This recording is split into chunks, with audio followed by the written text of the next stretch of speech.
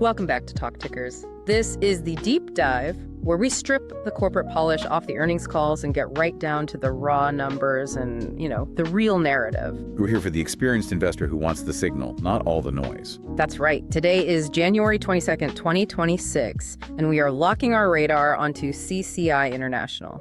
Ticker symbol CACI. Good to be here. And if you were watching the tape today, you saw exactly why we're digging into this one. It's pretty rare to see a reaction this specific in the defense sector. The street certainly woke up for this one. CSCI closed the cash session up 3.62% at $655.46. Yeah, but what really caught my eye, and I'm sure yours too, was the volume. Oh, absolutely. A clear spike. We saw nearly 670,000 shares trade versus, about 425,000 the day before? Right. That is conviction buying. Yeah. That's not just retail taking a flyer. Yeah. That feels like institutions were loading the boat. It really does. And what's so fascinating is that on the surface, this looked like a mixed print. It did. If you just glance at the headlines in your terminal, you might even think it was disappointing. But the market reaction, that tells you everything. This was a classic quality over quantity quarter. They missed on revenue, but the margin expansion, the guidance raise, it was powerful enough to send the stock ripping higher. A total narrative shift. Let's unpack that immediately, because usually a revenue miss is a capital offense in this market. You miss the top line, you get punished. Or you go sideways, at best. So CCI seems to have a get-out-of-jail-free card today. Let's look at the scoreboard. What did they actually put up? So for the second quarter of fiscal 26, adjusted EPS came in at $6.81. Okay, that was a beat. A solid beat. Consensus was $6.57, so that's a 14.5% year-over-year increase. They are growing earnings at a double-digit clip, which, for a mature defense name, that's significant. Okay, so profitability is way up. That explains part of the optimism, but the top line was light. Right, that's the tension. Revenue is $2.22 billion. Now, that's up 5.7% year-over-year, which is respectable. But it was miss. Consensus was looking for $2.314 billion, so that's about a $93.5 million shortfall. Nearly $100 million miss on the top line. In a vacuum, that usually triggers a sell-off. Why did the market just shrug and start buying aggressively? I don't think they're shrugging it off. I think the market is looking at the composition of that revenue. Okay. It comes down to two things: margins and the why behind the miss. First, let's look at efficiency. EBITDA margin hit 11.8%. That is up 70 basis points year over year. Now contextualize that for us. 70 basis points might not sound like a lot to someone watching tech stocks jump 20% in a day. Why is that a big deal here? Because in the government services world, expanding margins by 70 bips while growing revenue is incredibly difficult. Yeah. This is a game of inches. Right. Margins are always getting squeezed. Always. The government is a tough negotiator. So increasing it by that much shows they aren't just adding low-quality revenue. They're adding high-value, high-profit stuff. They're basically swapping out low-calorie revenue for high-protein revenue. So they're getting pickier about the work they take on. Exactly. Or the work they're winning is just inherently more valuable. And the cash flow, are they converting that margin to actual cash? Robustly. Yeah. Free cash flow for the quarter was $138.2 million. And if you look at the backlog, it's sitting at roughly $33 billion. That's a massive buffer. It is. I have to stop you on the backlog, though.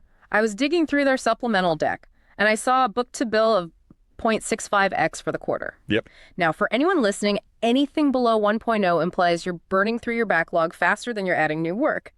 And 0.65, that looks terrible. Why wasn't that a screaming red flag? It looks ugly in isolation. I completely agree.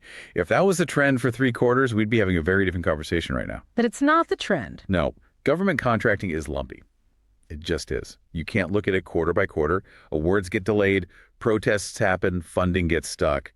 If you zoom out to a trailing 12-month basis, their book-to-bill is a very healthy 1.3x. Okay, so for every dollar they burned, they brought in $1.30 of new orders over the last year. Exactly. The quarterly dip is the noise. The yearly trend is the signal. Got it. So we have a lumpy quarter, but a strong year. Let's talk about the forward look. Management didn't just come out and defend the quarter. They really went on offense with the guidance. That was the key catalyst for sure. They raised the full fiscal year 26 outlook across the board.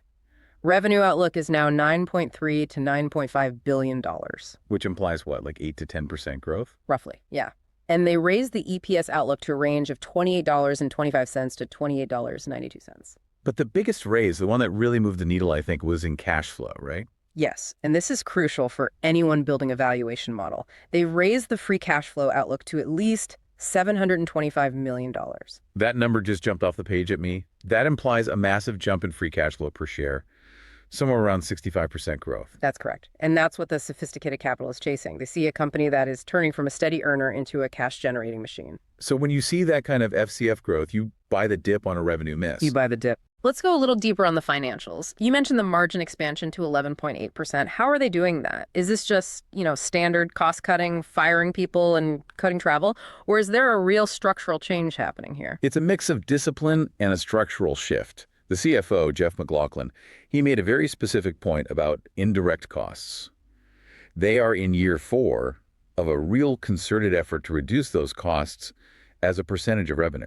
Explain indirect costs in this context. Is that just corporate overhead? Pretty much. Think of it as the corporate tax on getting things done. HR, legal, finance, facilities, everything that doesn't directly generate revenue. Okay.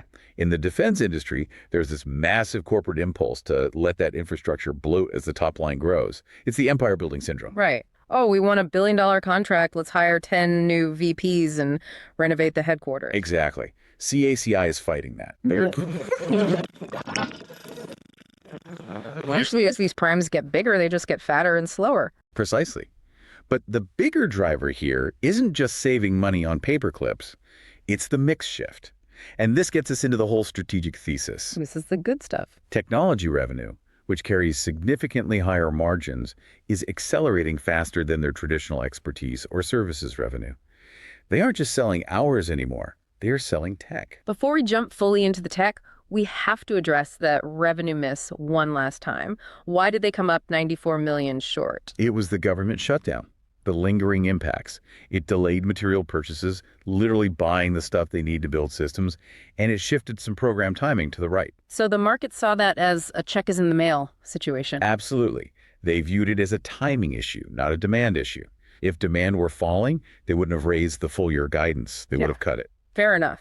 Okay, let's pivot to the narrative, because this is where it gets really interesting for anyone who still thinks of CCI as, a body shop or a staffing firm. The CEO, John Mengucci, was practically shouting from the rooftops that this is a different company than it was 5 or 10 years ago. He was adamant. And the metric backing that up is that technology is now, around 60% of their total revenue? Approximately 60%.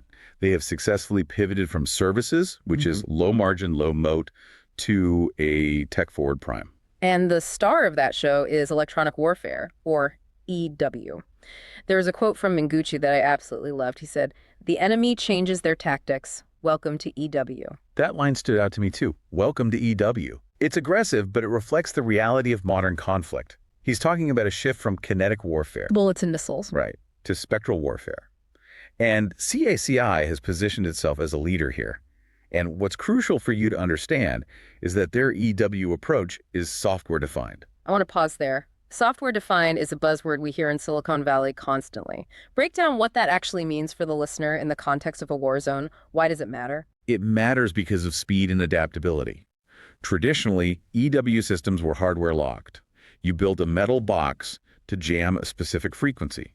Let's say the enemy uses frequency A. You build a box for frequency A. And if they switch to frequency B, you're in trouble. Your box is now a paperweight. You had to ship it back to the factory or build a new one. It took months, maybe years. Like the old Nokia phones. You get what you get. If you want a new feature, you have to buy a whole new phone. Perfect analogy. CACI's systems share a common software baseline across a network of sensors. If one sensor detects a new signal or a new drone tactic, they can update the software across the entire fleet instantly. So it's like pushing an iOS update to every soldier in the field at the same time. That's it. It allows for what they call tipping and queuing. Tipping and queuing. Industry jargon. It is, but it's a simple concept. One sensor spots a threat. That's the tip.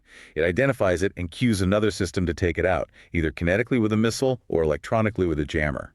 It creates a network effect on the battlefield. So instead of a bunch of isolated soldiers, you have a responsive grid. A responsive grid. And this ties directly into counter-UAS, or anti-drone tech. They mentioned Merlin and RMT. Right. They lump counter-UAS into that EW bucket, which makes sense because stopping a drone is often about severing the signal between the pilot and the bird.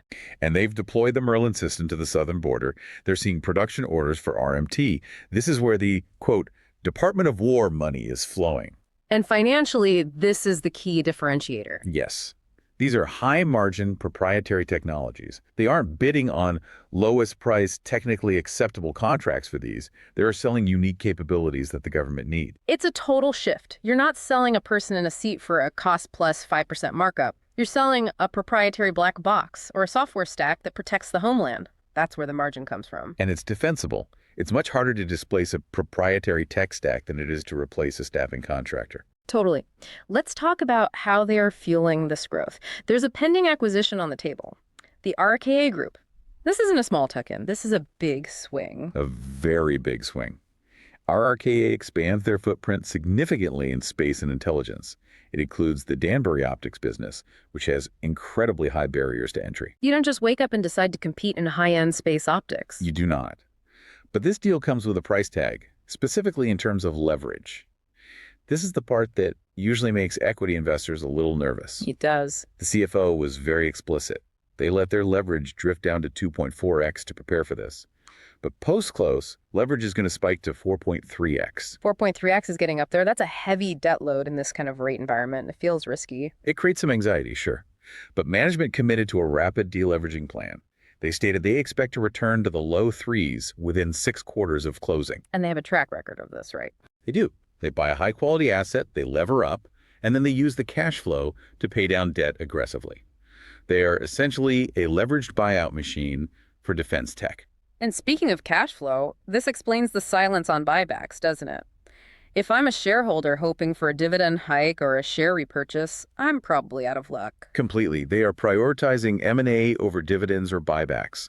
They are aggressive buyers of capability, not their own stock. They believe they can get a better return on capital by buying a company like RKA than by shrinking their share count. And given the growth in their tech portfolio, the market is giving them the benefit of the doubt on that strategy. Let's zoom out to the macro picture. We heard some buzzwords on the call regarding funding. Golden Dome and reconciliation.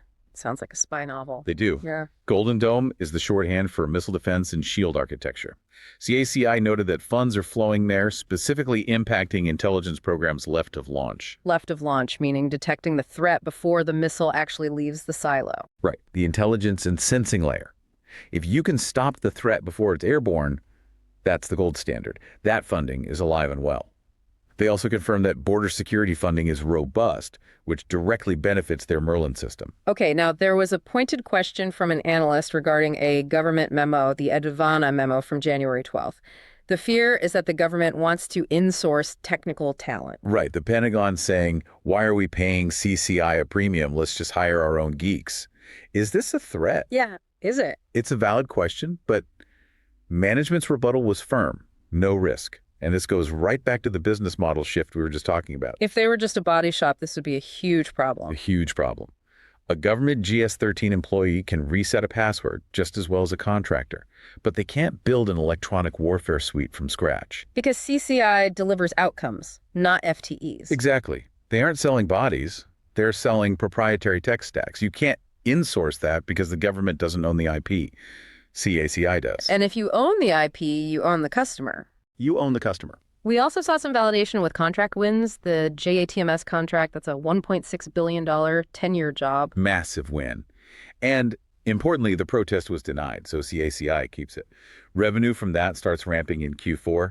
They also mentioned Spectral is nearing a milestone C decision for low-rate initial production. Long-tail revenue streams. Exactly. Visibility for years to come. One last thing on policy acquisition reform. We keep hearing about OTAA's other transaction authorities. Sounds like boring bureaucratic jargon. It does, but it's actually changing the landscape. CACI is seeing 2.5 times the level of OTAA contracting compared to previous years. And OTAs basically let the government bypass the slow, traditional acquisition process for prototyping and research. It favors the nimble. It favors agile players who invest ahead of the need.